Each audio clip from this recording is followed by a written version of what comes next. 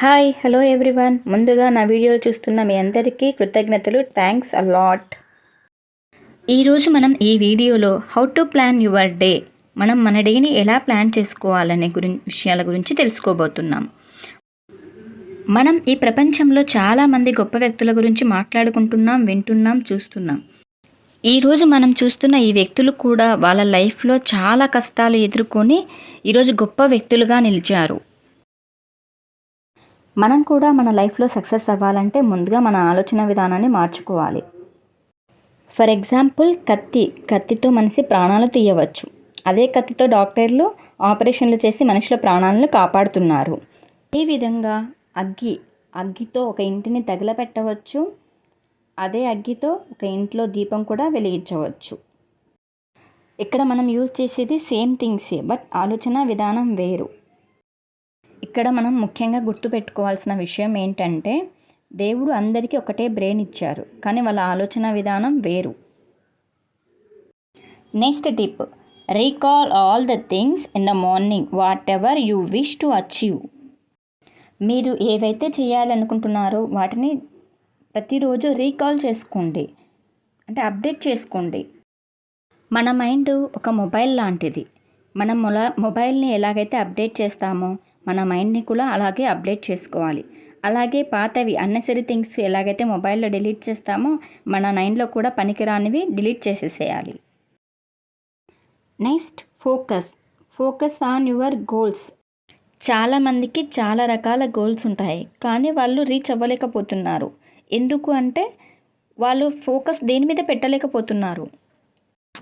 కాబట్టి మన గోల్ ఎప్పుడూ కూడా ఒక్కటే ఉండాలి. మన గోల్ ఒక్కటే ఉంటే మన ఫోకస్ అంతా దాని మీదనే ఉంటుంది. మనం తొందరగా టార్గెట్ రీచ్ అవుతాం.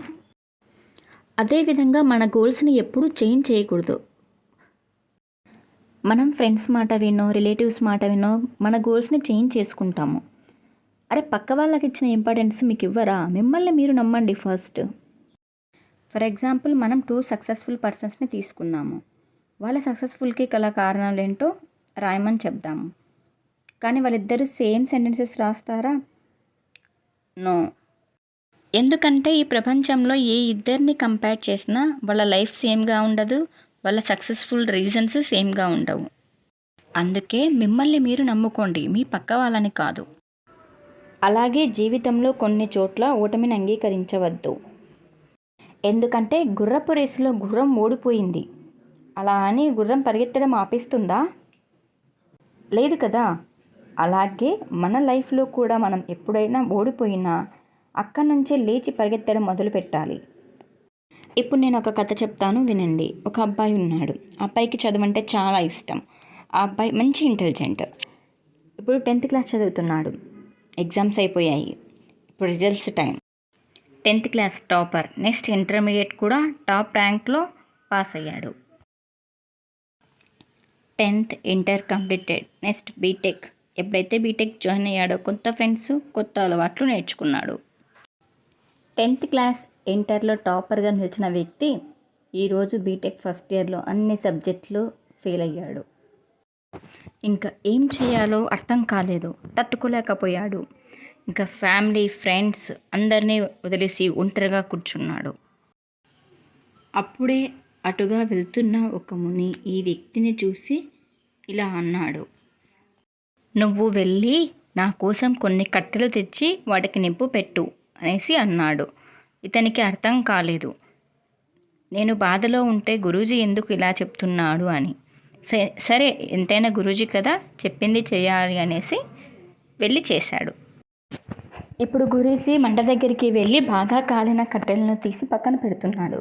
ఇతనికి అర్థం కాలేదు, ఎందుకు గురూజీ మీరు ఇలా చేస్తున్నారు? ఇప్పుడు మీరు కట్టెను పక్కన పెట్టారు, దానివల్ల మంట ఆరిపోతుంది కదా, అది వేస్ట్ కదా అన్నాడు. దానికి గురూజీ నవ్వుతూ ఆ ఆరిపోయిన కట్టెల్ని తీసి మళ్ళీ మంటలో వేశాడు. అవి మళ్ళీ వెలిగాయి.